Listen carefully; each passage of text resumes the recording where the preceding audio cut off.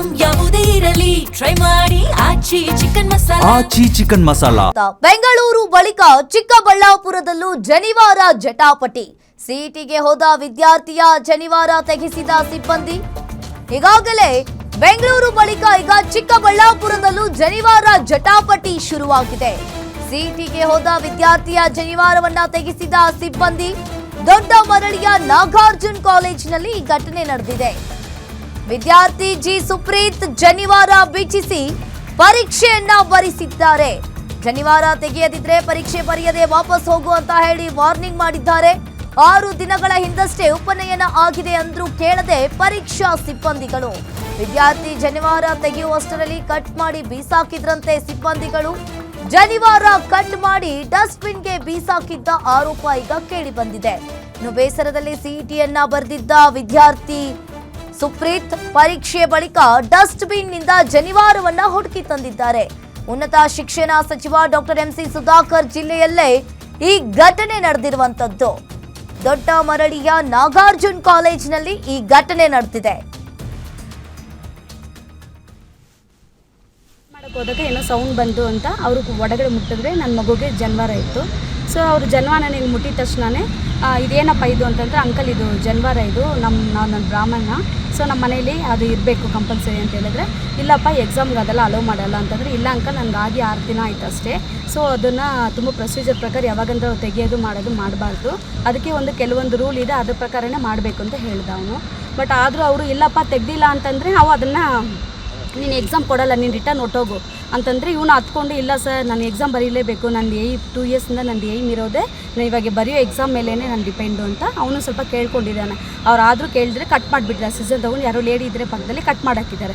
Cut ಮಾಡಿ ಬಿಸಾಕಿ ಅಲ್ಲಿ ಆ ಕಡೆ ಬಿಸಾಕ್ಬಿಟ್ಟಿದ್ದಾರೆ ಡಸ್ಟ್ಬಿನ್ ಎಲ್ಲ ಎಲ್ಲೋ. ಇವನು ಅದನ್ನು ಮೂಡ್ ಅಪ್ಸೆಟ್ ಆಗಿ ಹೋಗಿದ್ದಾನೆ ಒಳಗಡೆ ಹೋದರೆ ಅವ್ನಿಗೆ ಅದೇ ನೆನಪು, ಅಯ್ಯೋ ಮೊನ್ನೆ ತಾನೇ ಆಯಿತು ಮುಂಜಿ ನನಗೆ ಈ ಥರ ಕಟ್ ಮಾಡಿಬಿಟ್ರಲ್ಲಪ್ಪ ಅಂತೇಳ್ಬಿಟ್ಟು ಅವ್ನಿಗೆ ಅದ್ರ ಮೇಲೆ ಕಾನ್ಸಂಟ್ರೇಷನ್ ಹೊತ್ತು ನಾನು ಬರೀಬೇಕು ಮಾಡಬೇಕು ಅನ್ನೋದು ಅವ್ನ ಮೈಂಡಲ್ಲಿ ಇಲ್ಲ.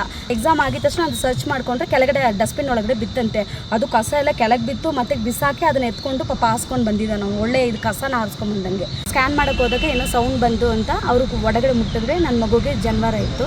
ಸೊ ಅವರು ಜನಿವಾರ ನನಗೆ ಮುಟ್ಟಿದ ತಕ್ಷಣವೇ ಇದೇನಪ್ಪ ಇದು ಅಂತಂದರೆ, ಅಂಕಲ್ ಇದು ಜನಿವಾರ ಇದು ನನ್ನ ಬ್ರಾಹ್ಮಣ, ಸೊ ನಮ್ಮ ಮನೇಲಿ ಅದು ಇರಬೇಕು ಕಂಪಲ್ಸರಿ.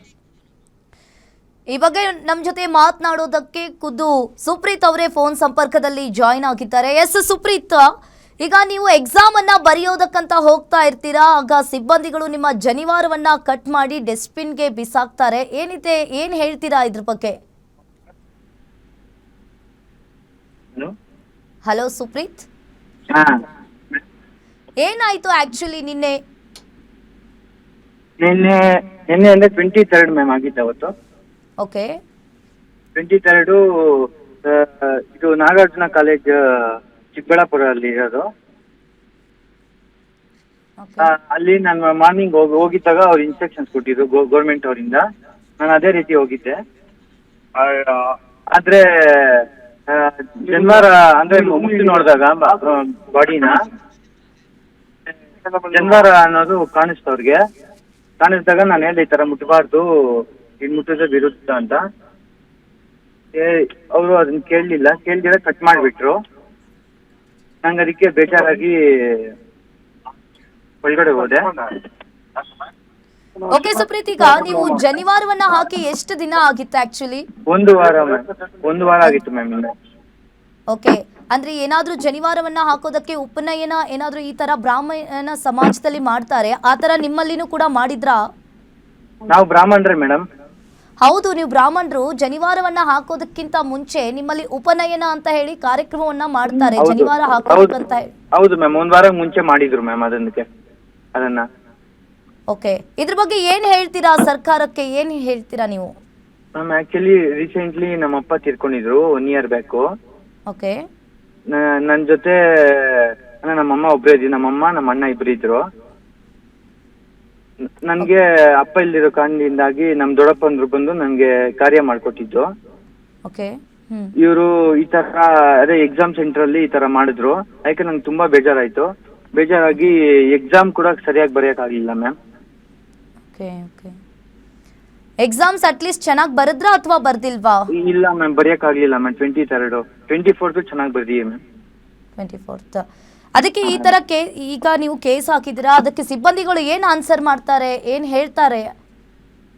ಅದು ನೋಡ್ಬೇಕು ಮ್ಯಾಮ್, ಇನ್ನ ಗೊತ್ತಿಲ್ಲ ಅದು. Okay, thank you Supreeth. Thank you ma'am.